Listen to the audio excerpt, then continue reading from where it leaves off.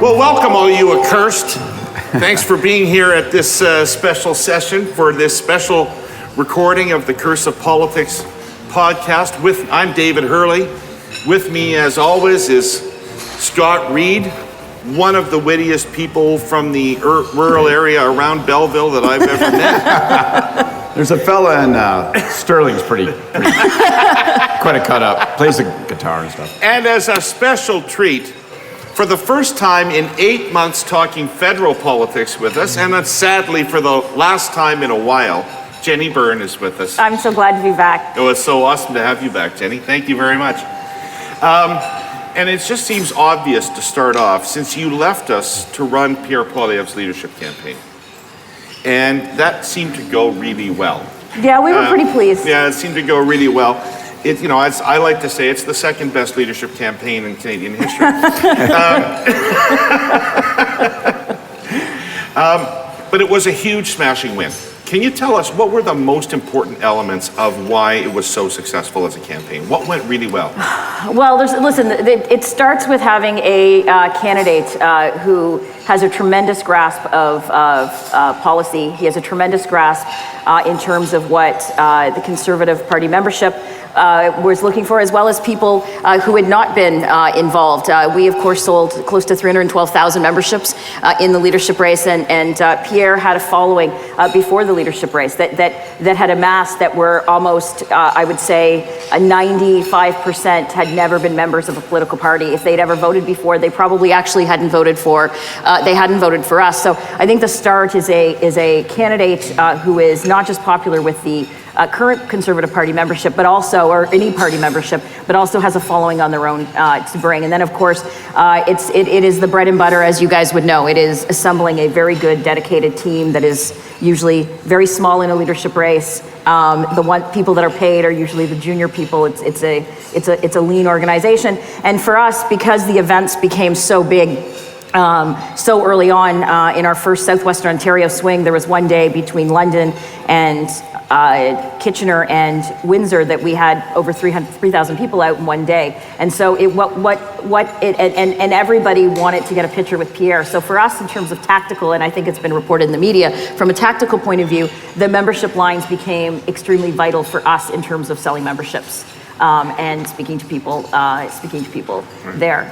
How important were MPs? How important was caucus? When we did it with Paul, caucus was critical. And they were a big source of membership sales, and they were a big source of your general strength of the party. Does it still work that way? Caucus? Yeah, and it's a bit different because you guys had a delegated convention, right? As opposed to like kind of a one member, one vote weighted system. So it was important. Of course, the party had been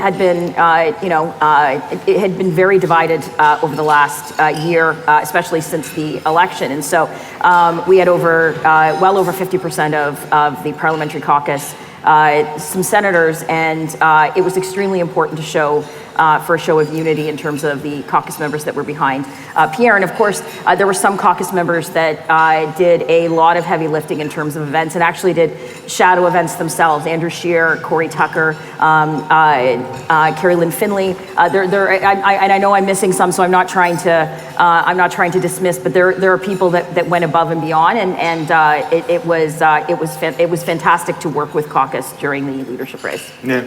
You know, Scott, when I watched that campaign, one of the things I was thinking about was I don't think I've ever seen any leadership campaign. Good one. Sorry, it's my teeth. They're full of jewels and it's precious metals. When I looked at the crowds at the rallies, I said to myself, I've not seen a leadership campaign that has engaged as many people outside of the core membership of the party as this one did. What were you thinking when you watched those crowds?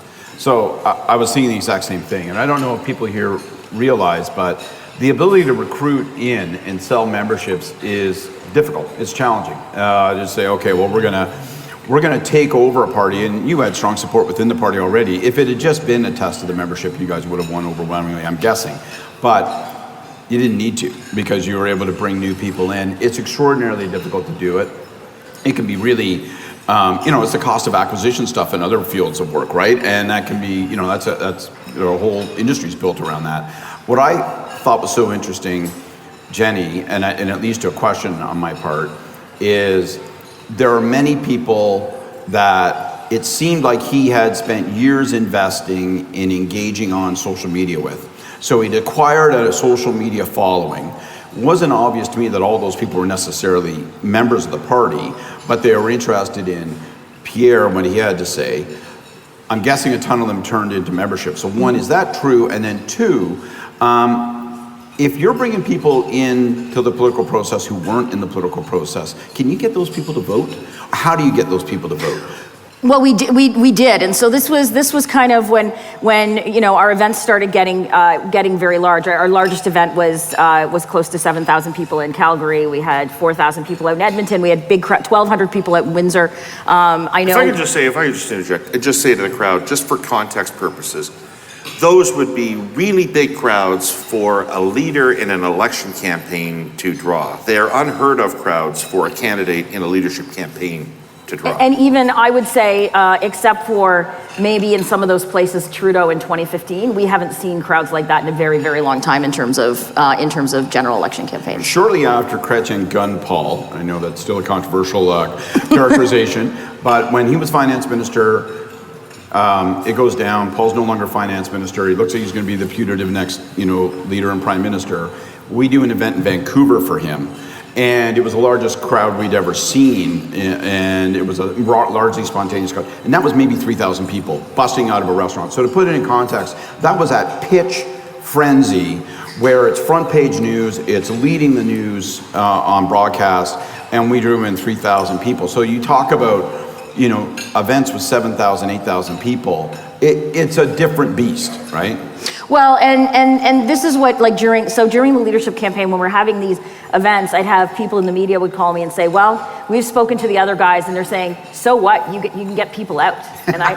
But try to sign up memberships. And I'm like, yeah, no, it must be tough. People that have never been involved in politics drive upwards of 2 to 3 hours to see Pierre speak for 30 minutes, and then they wait another hour and a half in line to get a picture with him and talk to him for 45 seconds a minute. It's really tough to sell those people memberships. But I think some people in the media, and I know people in other campaigns, had convinced themselves that the size of our crowds and what we were doing was not going to translate until the membership sales actually came out. The obvious conclusion when those people came out in large numbers from distances in order to be there and consume a political event was that they would have no interest in then joining the party in order to support you. It just followed that, that was going to fall apart, that thing. It was just the lamest, weakest. I hate it when I'm working on a leadership and we're losing, because you have to manufacture these bullshit arguments to media and others and go, well, the crowds are big, but we have no way of tracking whether or not they are members. And even if they become members, they might just as well be interested in my candidate. Then you walk alone back to your hotel room, you pour yourself a drink, and you think, I'm a liar and a sack of shit. This is what I do for a living. The worst leadership lying I ever did was that me? I think so. In 1990 leadership, when Martin was running against Chrétien, Mike Duffy had a weekly show on Sunday. Sunday edition. What? Sunday edition. Was it called Sunday edition? And he was too cheap to do any delegate tracking on his own. So he started calling me to get our delegate numbers. And we had a really good couple of weeks that was all in Ontario, and we were ready, and we had a good couple of weeks. And so I was giving him the actual numbers and was looking fine. And then delegate selection opened up across the country, and Chrétien started to just kick the snot out of us. And so I started to massage what I would report to Mike as the numbers. And he would repeat these things verbatim as if they were the gospel truth, CTV's delegate tracking stuff. But week by week, it was getting further and further and further off the mark. And sometimes he would call, and I'd be sitting in my apartment, and I'd be like, Scott would be there, there's other people, I go, what are the numbers today? What are the tracking numbers this week? What are we going to tell Mike? Does 1,300 sound like a lie, or does it sound like maybe an aggressive truth? Anyway, Jenni, to your big crowds, some people look at those things and say, holy Christ, they're oppressed. Other people look at it with a little bit of alarm. In other words, where are they coming from? What's your assessment? You talked about people that had never been involved in politics before, maybe never even voted before. What are they attracted to? What is reaching them and making them say, maybe politics is worth something now that it wasn't worth before? Well, listen, I think that I think this will be a fundamental problem for the Liberals if they do not see that there are a lot of people out there that over the last 2 years, for different reasons, have fallen on hard times. I think the three of us on stage during COVID are blessed that our lifestyles didn't change, at least economically. I was.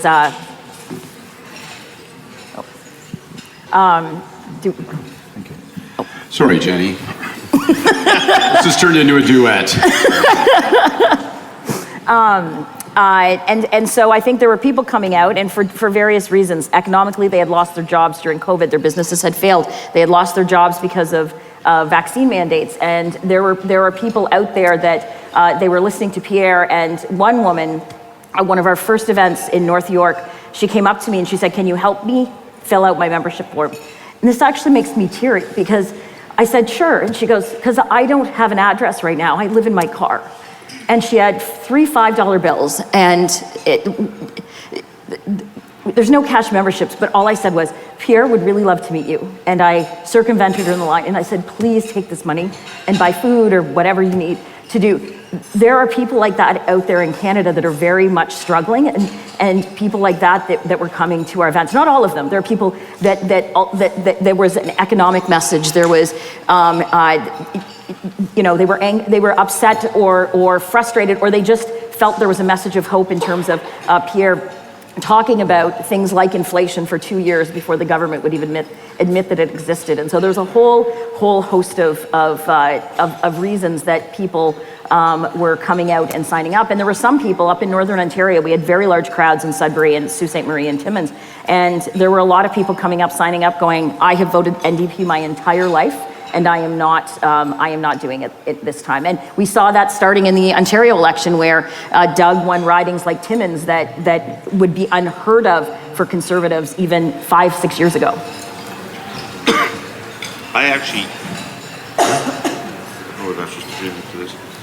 Scott, I actually get New Democrats saying I don't think it's on. You could pass this mic around. I actually get New Democrats saying this to me, what Jenny's just said, which is when I listen to people like Polyev, they're talking about the things we should be talking about. They are on the issues we should be on. Maybe not from the same perspective, maybe with a different set of solutions, but we need to be talking about class issues, economic issues. We need to be talking about opportunity. How is it that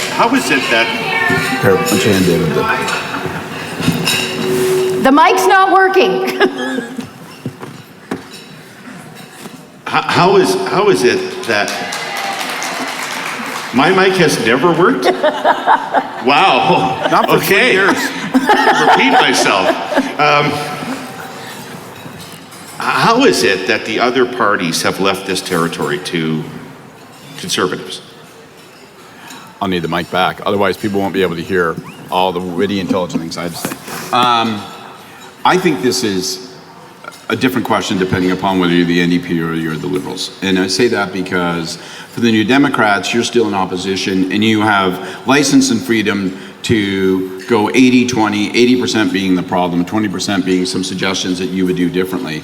Whereas for the Liberals, whenever you're the incumbent government, it's a much more difficult challenge. And I mean, this speaks to, what folks in this room are preoccupied with, because when you go through a time of economic turmoil, for an incumbent government, you've got a monster headache. If you try to ignore the problem because you don't want to talk up the problem, then you will certainly fall victim to looking like you don't get it. People are feeling this hardship. People are living in their car, they got only 3 $5 bills in their wallet. And if they look and they see their prime minister, their finance minister not speaking about those issues, not recognizing that reality, well then they say, well, those damn people don't recognize me, they don't deserve my vote, they're not working for me. But when you're in government, when you're in those cloistered boardrooms downtown, people say, well, we can't be saying that the economy is failing, because then that means that we are failing. And therefore we have to talk about a broader agenda. And you see government struggle in situations like this. You saw the Mulroney government struggle in 1991. You're seeing the government right now struggle with it. I think it's very tricky, but my answer is always the same, and people sometimes condemn me for it. I think you've got to start with where people are, not with where you are. So you as a government may think, I've got a wonderful 13-point plan, and childcare is the economic remedy to all that ails us. But that's not what people are feeling and thinking. So you've got to start with where people are. Why haven't they? I don't know. I think it's partly incumbentitis. I think there are cultural differences between the parties. I think the Liberal Party has permitted itself to become very much a party of the professional class, and that's going to have to make, they're going to have to make that shift fast. They're going to have to get real working class fast if they want to talk in a way that resonates with a majority of voters. And I think they're going to have to acknowledge that things aren't working, even as they express the opinion. The upper middle class and those working hard to join it. What's that? The upper middle class and those working hard. The upper middle class and those working not as hard to join it, right?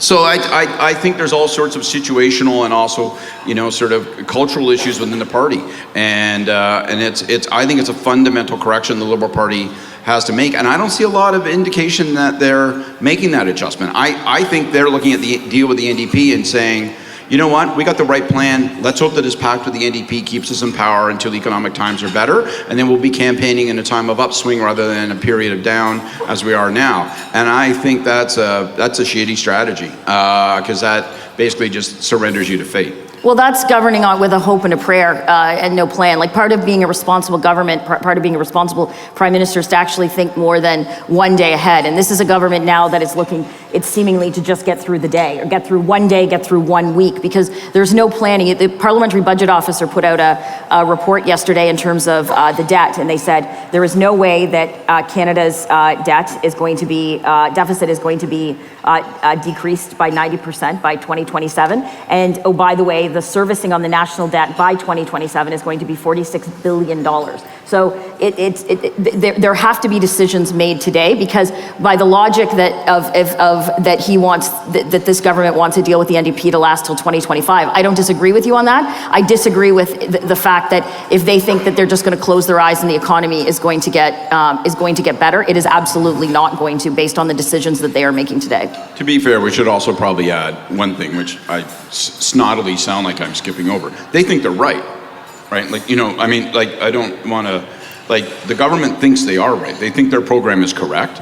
And, you know, Jenny and I may disagree on what elements of it are correct, but there's also that, which is that you sit in these rooms, and I've been in them when you work for the Prime Minister, and you move from Langevin building over to the Finance building and, you know, the House of Commons, and, you know, you're telling yourself, you know, that it's working and that you're correct and that you don't want to blink. And that's how you walk into walls. All right. Jenny, I've got one, before we leave the leadership, I got one technical question for you. So the leadership win was not an end point for you, it was a midpoint in what you're building to win a general election campaign. The 300,000 new memberships you sold, what do you do with those people after you've sold memberships to them? How do you bring them in and keep them part of it? Like, how are you communicating with them? How are you integrating them so that they become part of a big movement? Well, and this is going to be the job of the Conservative Party of Canada now, moving forward up to the next 2.5 years, if that's when the election is, or if it's in 6 months. And so the job is going to be, I don't think there's been a political party in Canada that's had a membership the size that we do. And so political parties communicate with members for a whole host of reasons. They, with money, for information, and most importantly for what you and I do or have done, we continue to do, is of course, is mobilize volunteers, get people tuned into riding associations, and then that platform goes to voter identification and different tools like that. So that's going to be something the party they've already started working on, and we're going to continue working on in terms of developing more techniques to make sure that these members stay engaged and renew and stay members going forward. All right. Okay, so let's set up the next election campaign, and I'll just start with some observations. If the next election is in 2025, Trudeau will have been in office for 10 years. So, no prime minister since Mackenzie King has extended their tenure consecutively past 10 years. So for 100 years now, in Canada, you either lose after 10 years or you leave after 10 years. One of those two things happens. And when you leave, Your party may still lose, Turner, Campbell. There are some examples where it's been successful. I've been lucky enough to be involved in two, Martin and Wynne. There aren't a lot of, but at the federal level, there's really only Martin and Trudeau as examples of even extending the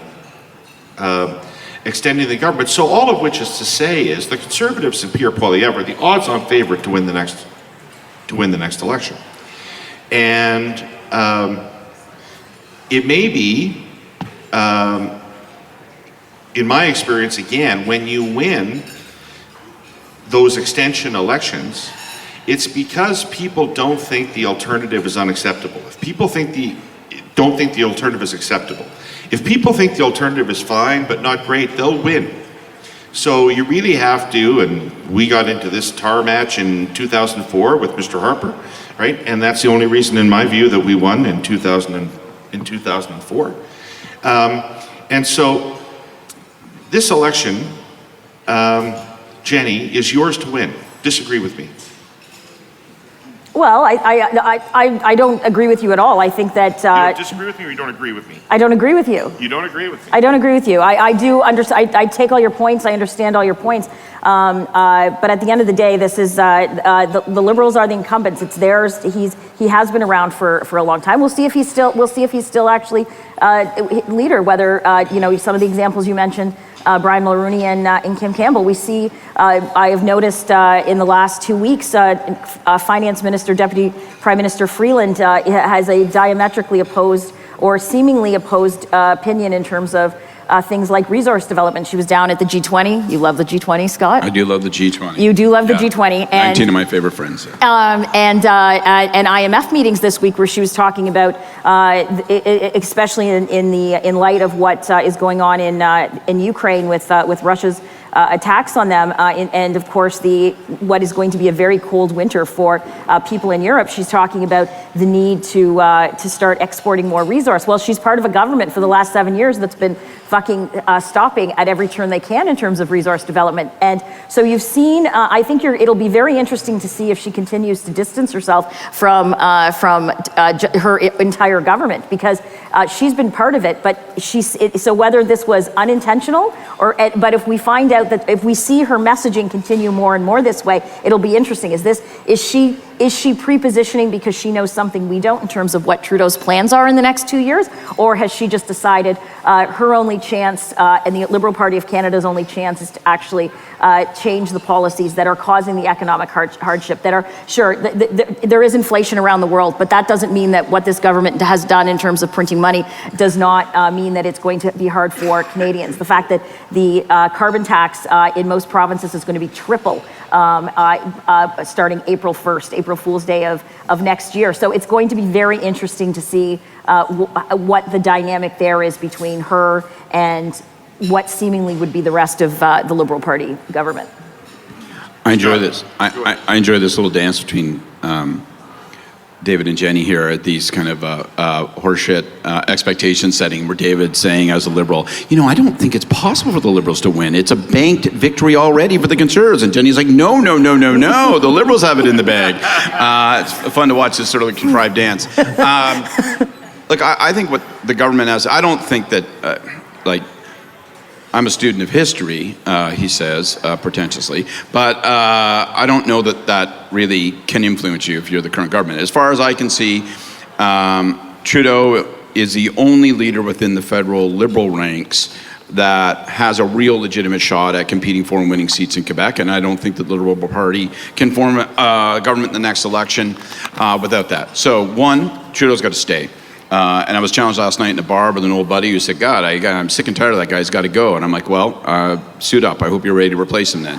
So that's the first thing. Trudeau's got to stay. Second, I agree with you, David. They've got to pin Pierre Poilievre's ears back. I think you have to compete with the guy in a really direct way. And I think that Trudeau can't do it. I think it's very difficult for Trudeau after 10 years of incumbency, 7 years now of incumbency, whatever it's been, to be the guy that carries the spear, but he's got to hand out spears to his front bench and say, go after this guy.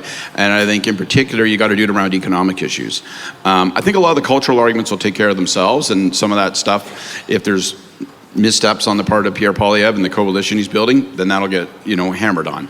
But economically, that's where the discussion is going to be and where it is. And so I think that when we hear the litany of complaints that Poilievre has to say, the Liberals have to come back and go, well, hang on a second. The implication of what you're saying about the money we spent, that's overwhelmingly, and this is a point you make all the time, David, that was overwhelmingly for CERB, for business supports, to keep businesses open and to keep people's households surviving. $54 million for an app. Okay, that could have been, there's lots of business people here. How much does it cost to actually develop an app? It's good politics to pick out one line item and do it. The overwhelming reality is that's what it was. So you pin him back on that. That's step number one. Start putting some dirt on his trousers. The second thing is the government has to look like it can piss in a straight line. When you can't get a passport and airports are clogged and people say, geez, I can't register for this, register for that, that's a big problem. And third, I think you got to respond to the cost of living program. And yes, you want to do that in a way that's fiscally responsible and doesn't accelerate the challenges in terms of the economy. But I think, you look at what's under the aegis of the federal government, where are the fees that are going to be applied? Jenny's going to hit me with carbon tax in a second. I want to just duck that preemptively. But look across the places where you charge people. How about those passport fees? Let's eliminate them. Let's make government take a little load off of people on that kind of like sticker shock value on that. So I think there's a bunch of things that the Liberal government has to do, but it starts with Trudeau's got to stay, and as I always say, Trudeau's got to get better. And they got to hammer on Poilievre and take some of the shine off the guy. They've got to get their hands around the economy, and they've got to actually provide people with a little bit of relief. And if they don't do those things and look competent, then they're in big trouble. Not because Mackenzie King was 100 years ago or 80 years ago, but because they're missing the moment. Well, the economy is the ground rule of politics, right? Like, you can't get elected unless people think you're going to do a good job of the economy, and the NDP have learned this in every election in Canadian history. And Liberals don't win when they're not seen as being good at the economy. And we're going through a cost of living crisis now, which looks like it's going to segue into a recession. And then we're going to have an election after that. So, Jenny, are you expecting that the Liberal campaign will be much as Scott outlined it, which is you may think things are bad now, but just see how bad they'd be if that other guy took office?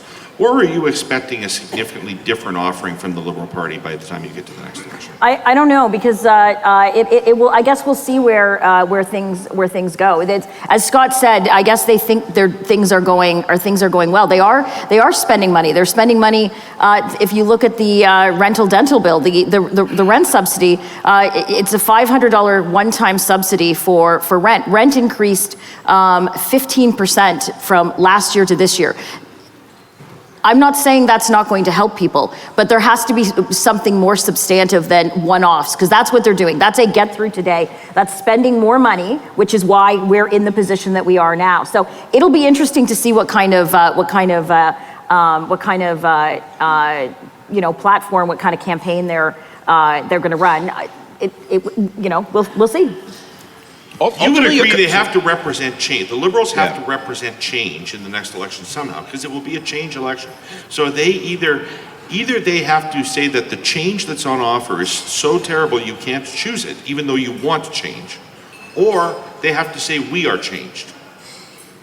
No? Yeah, I don't think it's an either or. I think they have to do both. I don't think they have the luxury of doing either or. And when I talk about pinning Pierre back on economic issues, that's not because I'm arguing that the Liberal prescription going forward should be, look at how bad this guy would have been going backward. I don't think that will succeed. I think you just need to tarnish Pierre Poilievre because he's looking good and looking strong, and he's at 36% and 38%, whatever it is in the poll. So you have no choice but to whack away at the guy in front of you.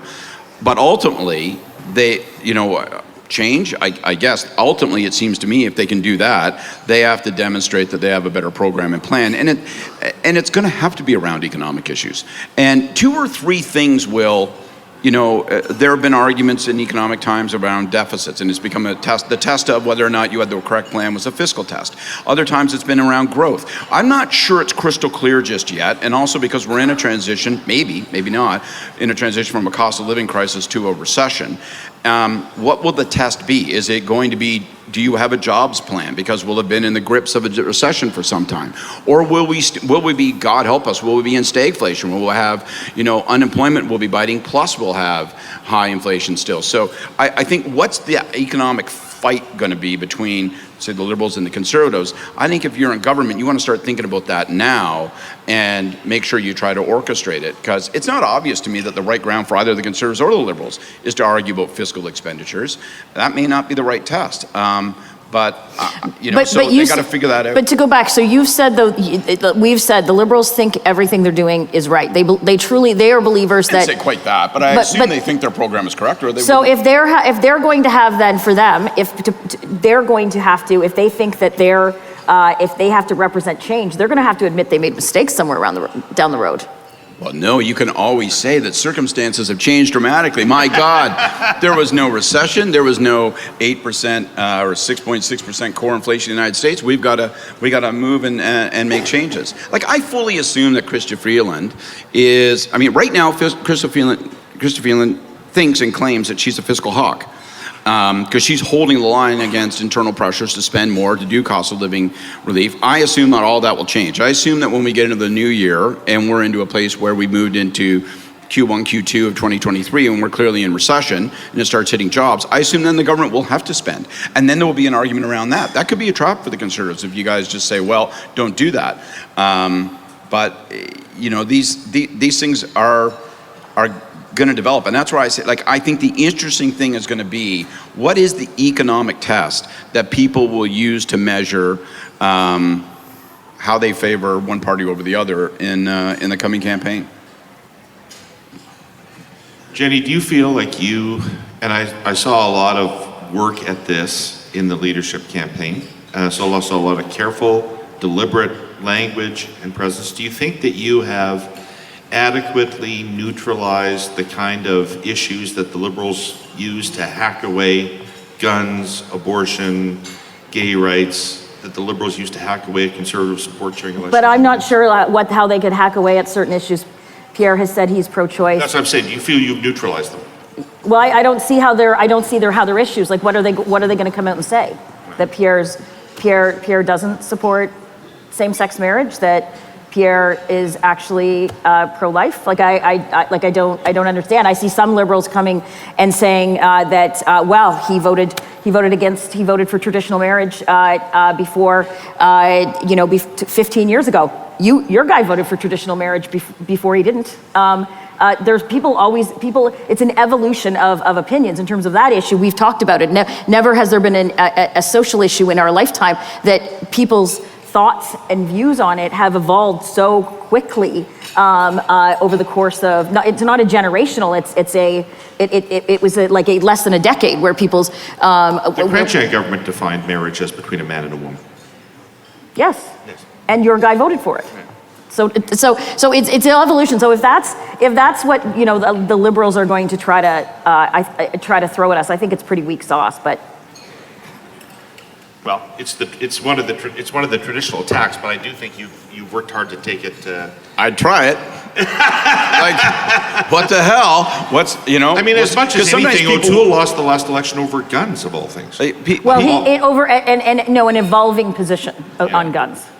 Yeah, that's right. I agree with both those things. But I mean, I to be honest with you, if I were the Liberals, I would throw that whole. The whole Santa's bag at that stuff. I would sort of say, okay, let's see what sticks. Sometimes people are inclined to believe things about political leaders, whether their own specific positions or policies have seemingly inoculated them against it. So it's worth giving a hit at it and seeing what tracks. But that's not going to win you the election, I don't think. Ultimately, it's going to come down to economic issues, and it's going to come down to. Economic plan. And one of the risks that the Liberals have right now is, because they're the incumbents, is they can't spend 2 years getting it wrong, right? You can't demonstrate for 2 years that you haven't had the right plan and program and then say, well, I now wish to claim going into election in 2025 that I'm the right choice. These are bricks in the wall that they'll be building up around themselves right now. Yeah, absolutely. We need to go to audience questions, but I can't let this opportunity go by without just commenting, Jenni, on how great a run we had together on this show. It was so much fun. And how much I love doing this show with you and Scott. And I really think we invented something for Canadian politics that people found a lot of value in. And nobody did more to build this podcast, build this brand, and to draw people in and to make it valuable for people than you did. And I love you for it, and I love you for a lot of things, but thank you, and we'll miss you a lot. Thank you, and I miss you guys. This has been so much fun being back on stage with you guys. And anyways, I'll continue listening, and when I disagree, I'll continue to send you notes. Well, that's sweet of you. I'm changing my email address.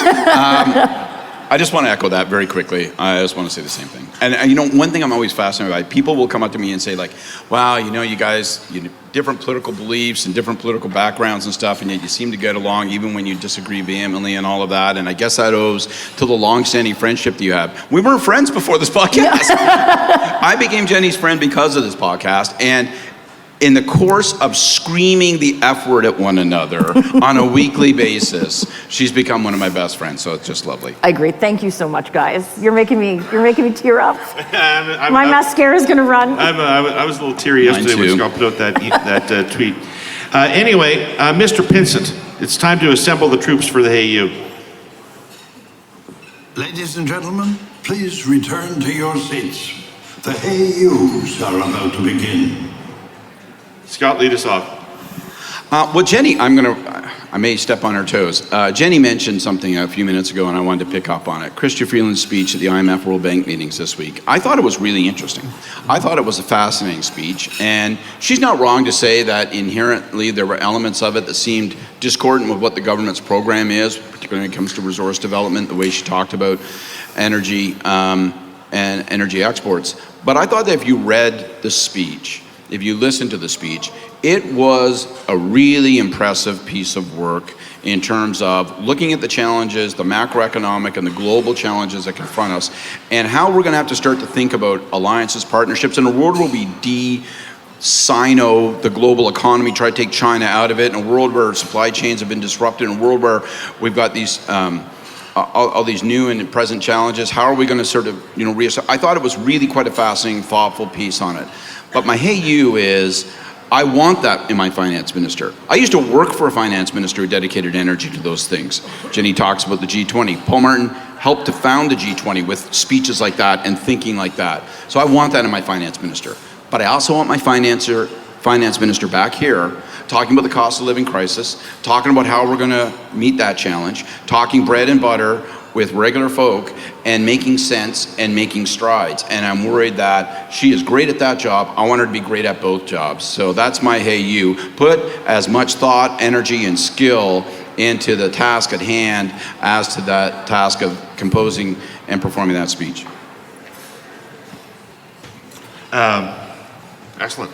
My hey you goes out to Saskatchewan Premier Scott Moe, who this week unveiled a white paper on greater autonomy for Saskatchewan.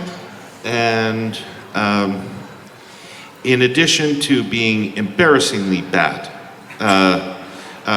poorly written, somebody with no sense of grammar or vocabulary who wrote it, in addition to being laughably bad in its economics, so that every economist has looked at it and said it's derisory in the calculations it makes about the cost of Confederation to Saskatchewan. So in addition to the fact that it's just an embarrassing product, there's something really dangerous going on in Canadian politics, and Danielle Smith is at the forefront of it, and Scott Moe is at the forefront of it, and Legault in Quebec is at the forefront of it, and they're trying to change the Federation. They're trying to change the Federation, and we're all focused on other stuff, what's happening in the United States or what's happening with the economy here in Canada, but there's something going on here at the provincial level that is trying to change the structure of our federation. And we've had these fights in the past before, and I just want people to know what Scott Moe is up to out there. He's not doing it in a very agile, nimble, or intelligent way, but he's up to no good. And keep an eye on him.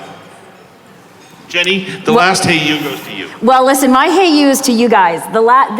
This podcast has been, the hurly-burly before it and the curse of politics after have been one of the most enjoyable things I have done over the last 3 years it is now. And so I just want to thank you. I'm going to miss you guys, although we'll still obviously stay in touch, not on our weekly basis. But David, you've done such an amazing thing. The hurly-burly, the Through the Looking Glass that you did, the Curse of Politics.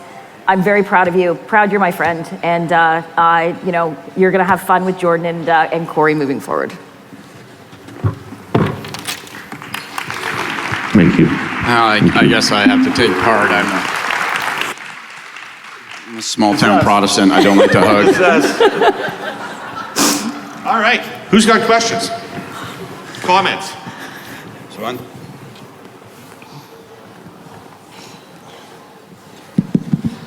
Yeah, this question is for Jenny. David asked you earlier about the 300,000 new Conservative Party members. And Those are just sold by us. There's about over 600,000 actual Conservative memberships. right, and therein lies my question. We saw in the last leadership cycle for the Conservative Party that there was a fracture that happened between Bernier and Scheer, and Bernier goes off and drags, a percentage of those voters away. What is the Conservative Party of Canada's strategy on retaining the breadth of all those new members, the 600,000 you referenced? Thank you. Well, that's, as I said, without going into painstaking detail, and that's, of course, something that the Conservative Party is looking at now. I can't speak to kind of the fracture between Max and Andrew while he was leader. Usually if there's fractures, is the light guy okay back there? I feel like he's like doing an SOS signal. Are we going down? For lifeboat.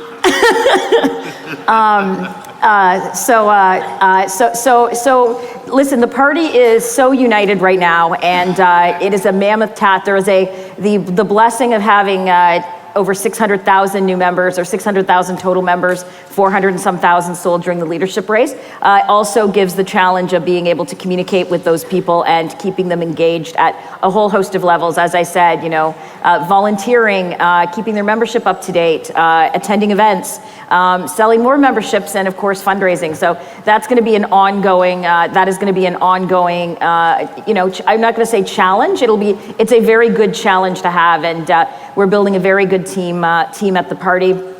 In terms of that, Mike Crace, Jeremy Leidke, we've got a team that we're building, and we're very excited about moving forward in terms of getting ready for the next election. Do you have a plan to hang on to the 100,000 new members that Patrick Brown recruited? I mean, does the fact that they all live in the same cemetery in Brampton help?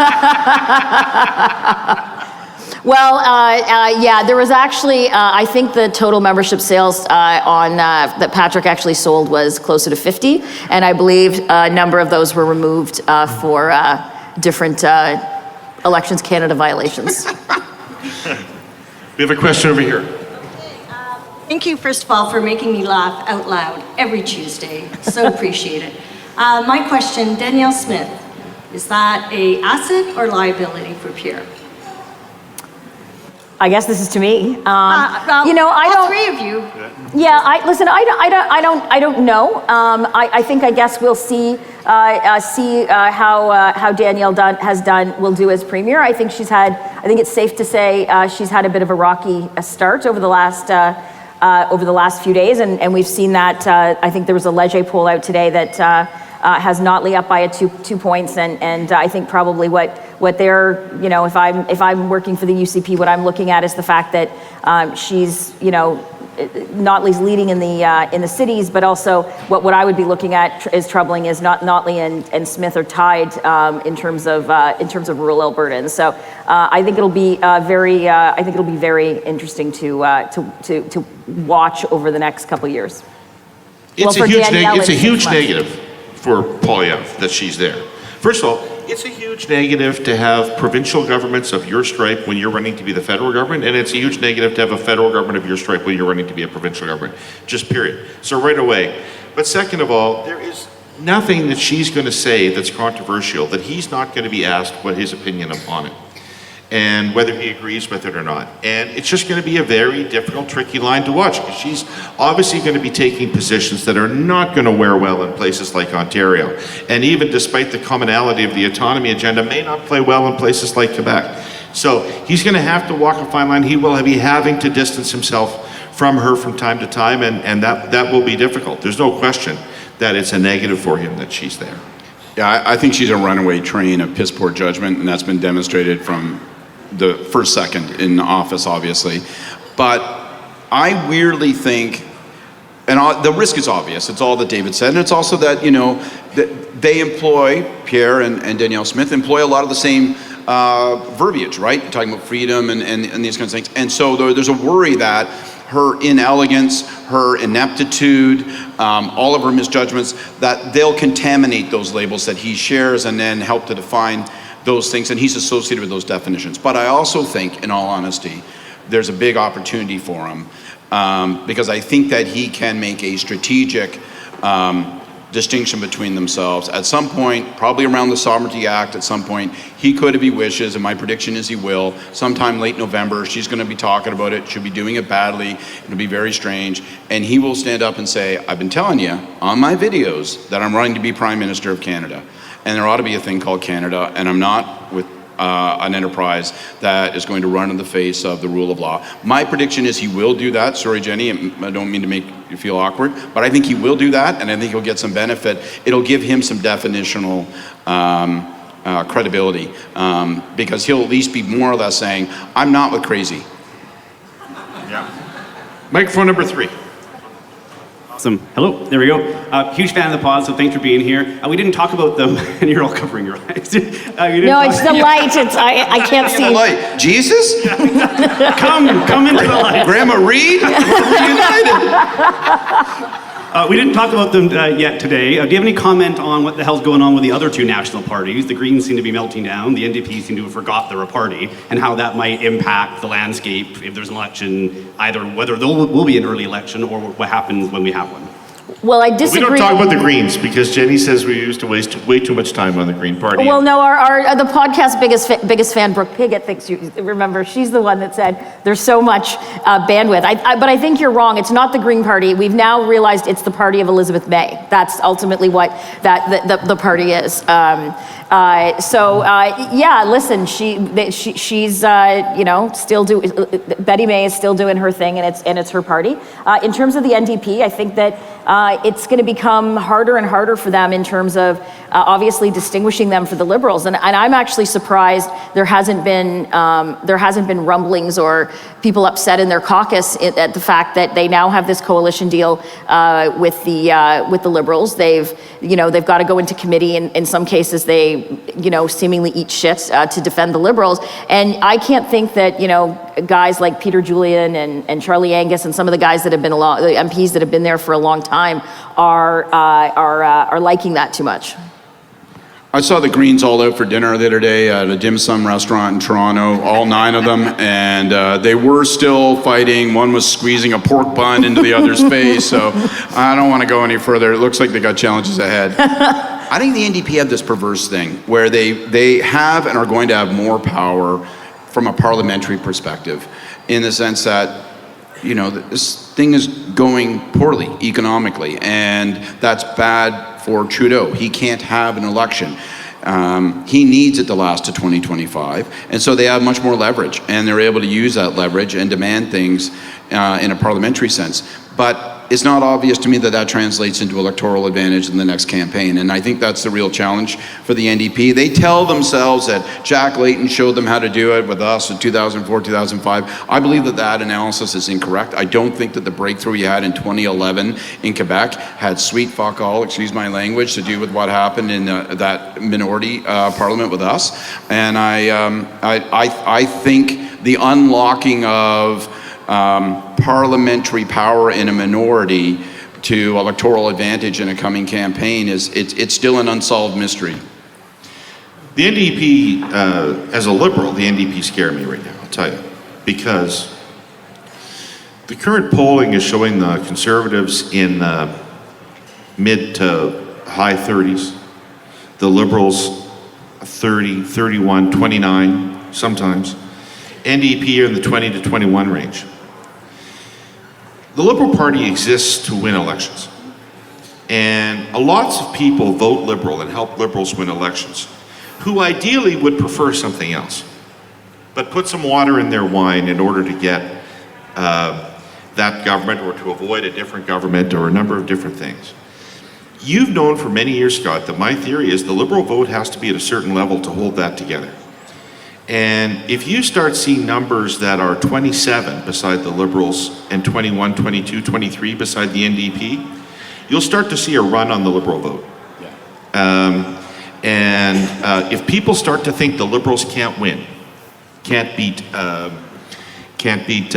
Poilievre, then we're going to see a run on the Liberal vote. I have not sure that Singh, despite being quite popular, I'm not sure he's going to be able to take advantage of this, because he's not able to talk about the economy and people struggling economically in a way that he can talk about other issues compellingly.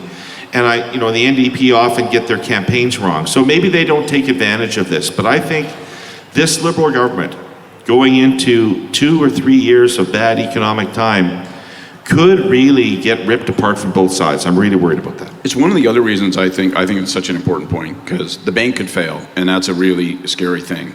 And it's one of the reasons, it's a sidebar reason, that I think the Liberals should spend a lot of time hammering the shit out of Pierre Poilievre. Because by virtue of news reportage, by virtue of the public discussion, by virtue of osmosis, it says to people, this is the scrap.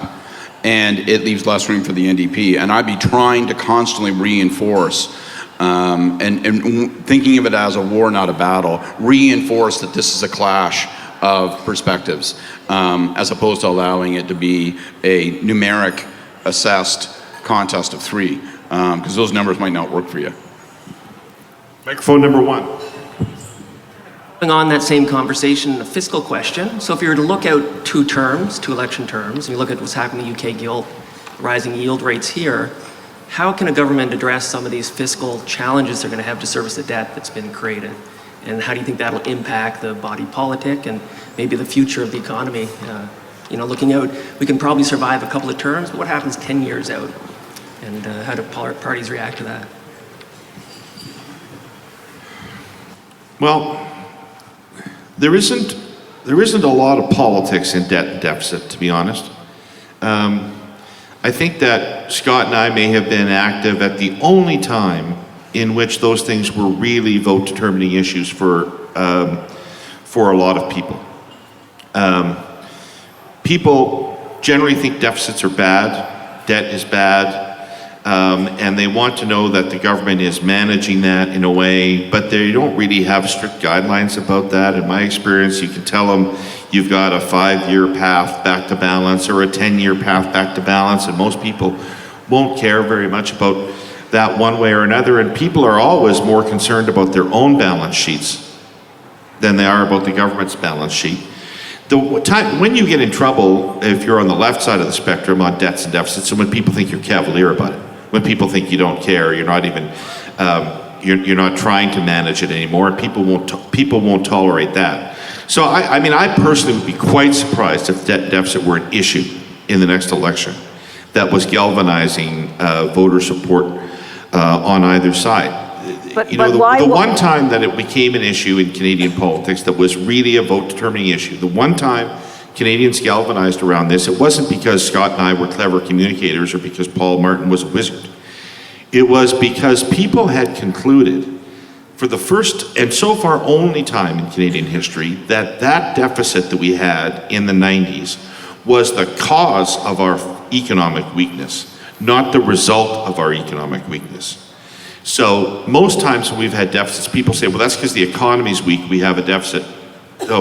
But in that time, they said, we can't have a strong economy again until we deal with the deficit, and that's what galvanized support around the deficit. Now, you were going to... No, I was going to ask you what led to that, which is what I was going to say. So we've never had that moment. We haven't had that moment where people think that their checkbook, their bottom line, is a result of government spending or what the deficit is. Who knows what will happen over the next who knows what will happen over the next this is the first time really in very many years that high government spending and people's actual personal finances are really coinciding, and there is a high level of awareness of how much the government spending, how much the debt is, how much the deficit is, and how it is now that it's led to inflation, which has caused driving the cost of living up, gas, groceries, on a carbon tax. So we'll see. It's a really fair point, because they were astonishingly big numbers, and people did notice that they Yes. were astonishingly big Yes. numbers. Yeah. The only other thing I would say just quickly on that is it isn't just about how high interest rates go and therefore how expensive debt servicing and the cost of money is. It's how long they're high. So, and that's the question we don't know the answer to. So it's always going to be the right answer to say that the best strategy to deal with debt and deficit is a job policy. That's going to produce growth. That's going to make you better off in your household. And that's going to help us power all the ability to service those things until you've got super high interest rates for a sustained period. And then people start marking you against your ability to sustain that debt. So, this is where there's ingredients for tension between the government and the Bank of Canada, as there always is in times of economic distress. I think we're supposed to stop. Oh, are we? Is there another question? Can we have another question? Excellent. All right, I snuck in there.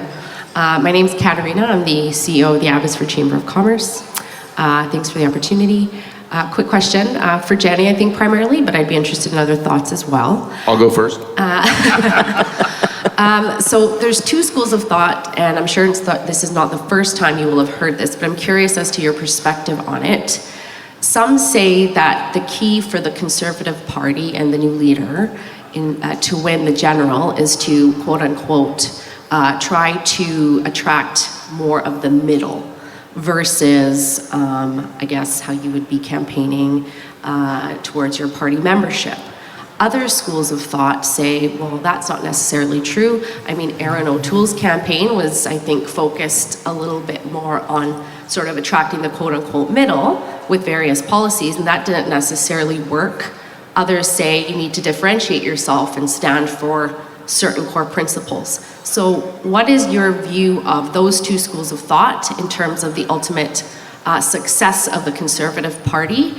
And do you think one or the other is more true than the other? Yeah, no, and I think you hit the nail on the head in terms of, I guess everyone could have a different definition as what they would term middle, for example. I think that what the Conservatives, what we need to do to win is appeal to Canadians and to appeal to large swaths of Canadians who have voted for other parties or have not voted at all in the last couple elections, that not voted for us or at all, to show a plan on issues that they care about. And I don't like to class people left, right, or middle. I don't think anybody outside of politics or who studies politics would say, well, I'm a right winger. They just, want to be able to pay their bills and drive their kid to hockey and hopefully keep their job. And so I think what you're going to see out of the Conservatives is a continuation of what you've seen out of Pierre's leadership campaign, which is champion issues that appeal to a large swath of Canadians, some who, we might in our circles call them, left wing. As I said, there was numerous people that supported the NDP in Northern Ontario, just anecdotally that we spoke to. So I think it is appealing to a large segment of the population on issues that they feel right now that abandoned by the government and maybe the NDP as well. Thank you. All right. Well, thank you very much. Thank you very much. Thank you.